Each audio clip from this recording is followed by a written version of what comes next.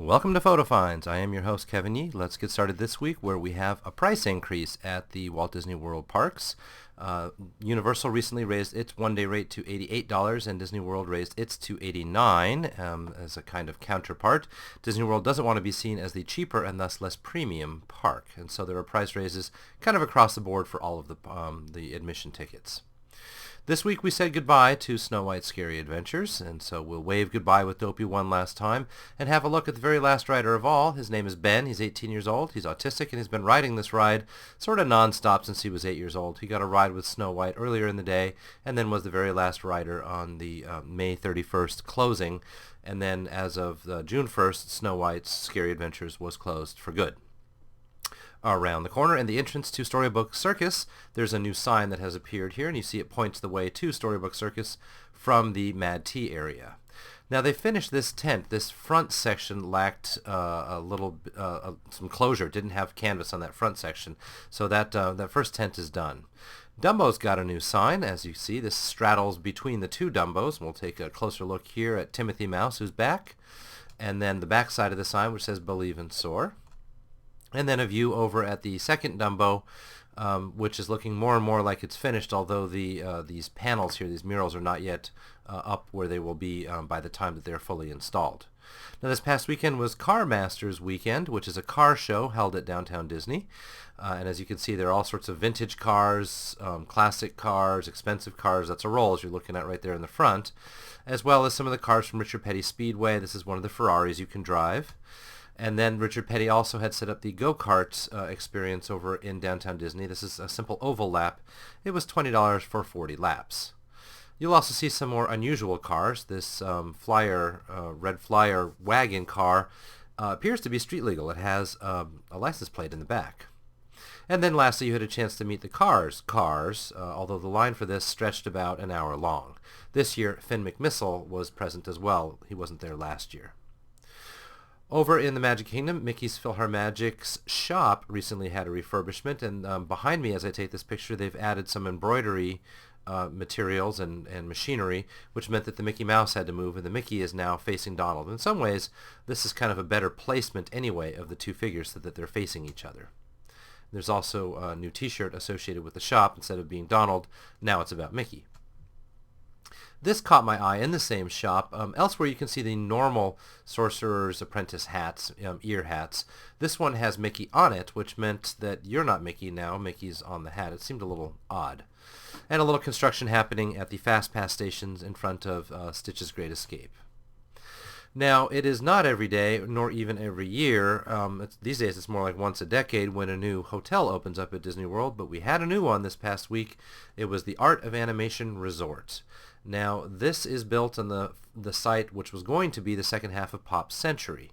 And so they used some of the same buildings, and they kept the Little Mermaid section the same, but the others were converted to family suites.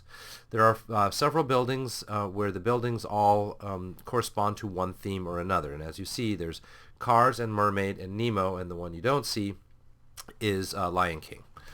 So we'll step into the lobby where you see this great display behind the check-in and check-out areas. That's kind of a colored mural, as if to imply we are looking at the paints that artists use. And on the other side of that same long hallway, we have conceptual art from those 4 movies. It's really quite impressive to walk through. Even the arcade is pretty well themed, kind of the pixel dots recalling the 80s overhead, and Tetris-like blocks on the side, and even Tetris-like blocks for sitting on up at the front. Well done there. Now this is at the end of that long lobby area, and you'll see even more scenes from these 4 movies that are captured here in kind of colored format. And we'll step into that ink and paint shop here where you can see still more of the paints lined up, again very heavily themed for a hotel.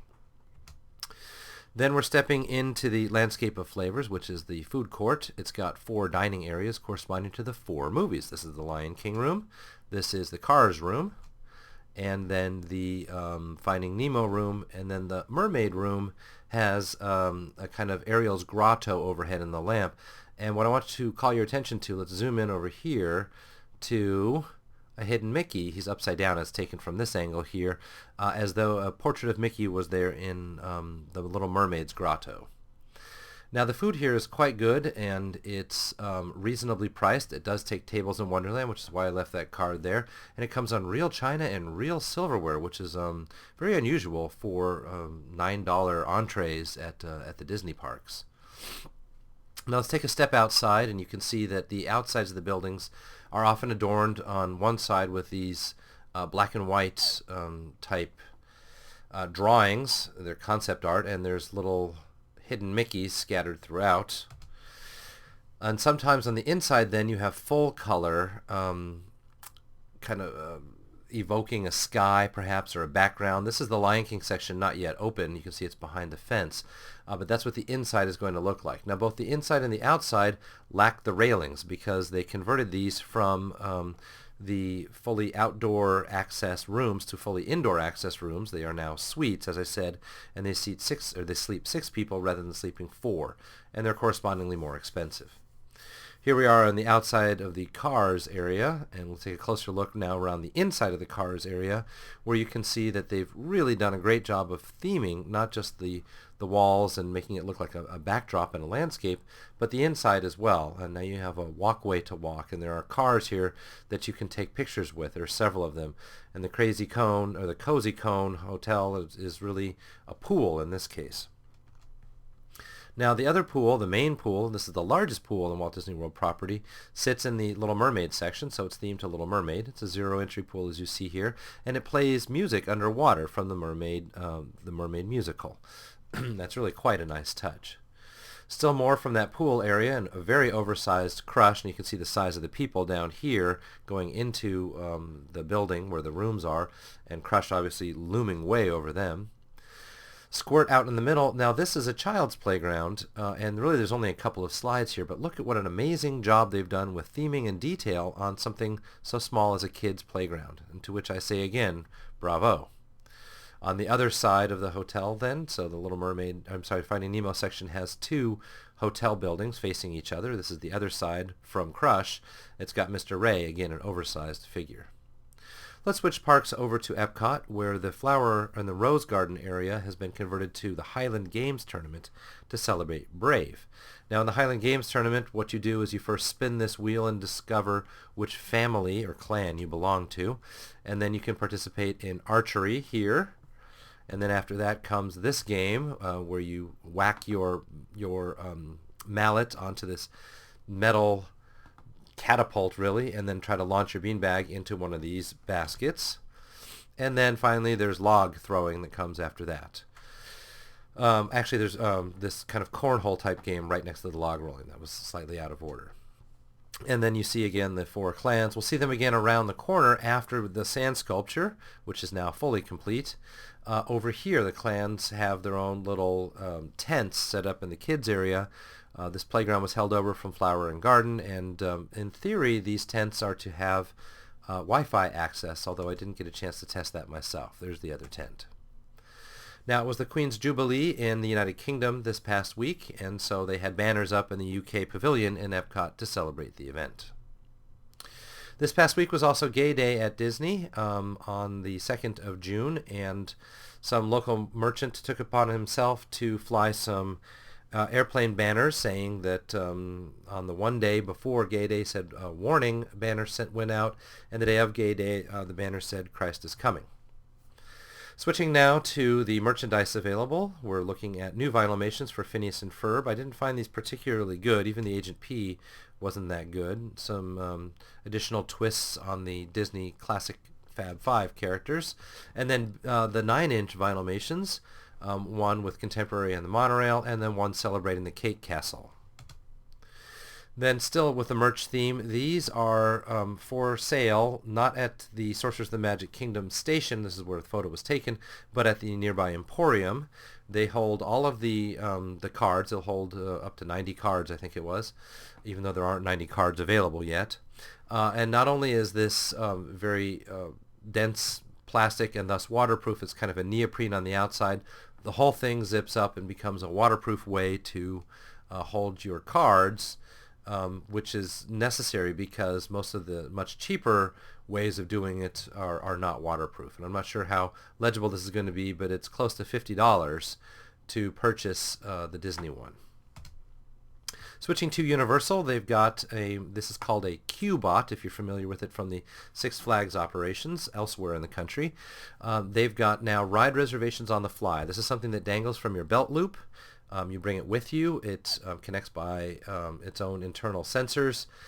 It's not a cell phone, and you use it to make reservations throughout the park. Now, there are two versions of it, one where you get to ride each ride only once, and the more expensive one, which is unlimited. And the more expensive one, if it's done in other places, or like it's done in other places, will let you not only ride them more often, but your return time will be much faster. So the advantage of a system like that is you could be across the park and make your Spider-Man reservations, and then by the time you get to Spider-Man, it's time for you to ride. These are only available in Islands of Adventure at the moment. They actually cost less than the Express Pass for the moment, and the pricing is dynamic. It will depend on the day, but it was about $30 per person on the day we had looked. Here we are looking inside that shop. This is really near the exit to the park where you purchase those Q-Bots. And then a kind of automated photo pass we saw. This is more than a week old now, over by Jurassic Park, where you scan a card at this station here and then stand near the photo location and then look up at these cameras, and what you don't see facing us here is a countdown, 3, 2, 1, and then it takes your picture. And then around to the Seuss Landing, there's a little bit of construction happening here, and I thought it was interesting to take a picture of the work in progress sign, which I've not really seen before. It stays in theme with the IOA characters. We're looking here at the Hess Station, which is on property, and this photograph was taken on Saturday, I believe it was, just to compare the prices of the Hess on the station with the prices of the mobile station near Crossroads. This is just outside the park and near the Lake Buena Vista area. It's a full $1 more expensive to buy from them, and they do not have listed prices. Our last destination this week is at Wet n Wild, where they've opened something new called Blastaway Beach. This is a child's rendering of what it would look like, and there it is. Blastaway Beach is one of the largest such water playgrounds for children in the state of Florida. There are 15 different slides, and what's exciting here is that parents can go on these slides as well. They can't go with their children on the big ones, but they can go down them at least. And many of the other water playgrounds, they're not even allowed to go down them at all. So it's got all of the usual elements, big dump buckets, spraying jets, and so forth. It's possibly quite worth your time. So that brings us to the end of another week. This week I call your attention to my personal blog, which is updated on a daily basis as well, ultimateorlando@blogspot.com, or you can just search for ultimateorlando.com. It'll take you to the same place. Thanks for your attention as always. We'll catch you next time.